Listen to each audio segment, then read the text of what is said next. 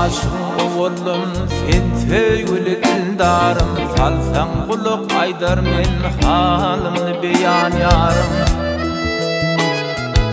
On barmağın kırmızı kanımga boyan yarım, bağı çire yüzüp geldi almazmın haridarım. Men geçidi biçerem çok derdi koyun yarım. Men yarımni terkeylep bir yarı bugün vermen, yar vatpın sözlerge yüzdürlü tufan örmen. Yar işigine men bargaç pervanı kalanlar, men aşık gelip oturmuş atlattan uyur dermen. Bigane kılıp bizni özgeni sevin yarım.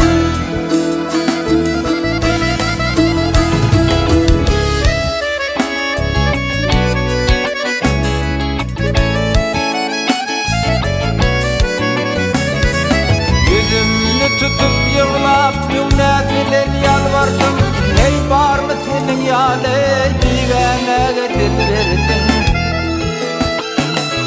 Eylinde çemen bağlap rakiplara gül verdin, köp bitnemi oyguttun, düşmanlara dil verdin.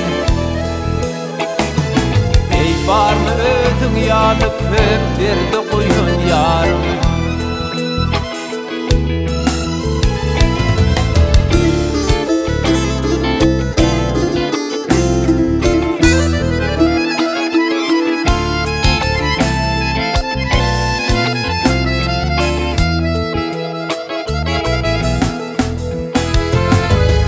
Aşıqlarım men aşıqlarım men, sen özgü guman etme, düşmanlarım tam neylep dostumni yaman etme.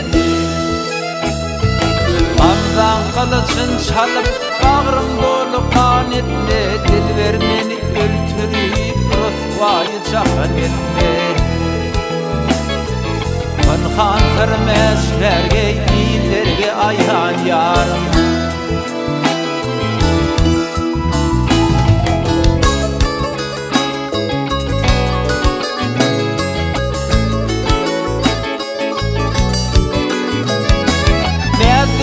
Adam tolun bu çeşmime sürtünme, elimde yürek bağrım sen özünü dartınme. Anıydı çiğer bağrım gel boksunu yırtınme, yar yar deyip uğrumda yağmur yanı yürtünme. En geçiydi biçeren çok derdi koyun yarım. Kanıydı çiğer bağrım, kanıydı çiğer bağrım, gel boksunu yırtınme, yar yar deyip uğrumda yağmur yanı yırtınme. Var mı katilin yanı ödügen söyün yarım, hey var mı ödün yanı köp derdi koyun yarım.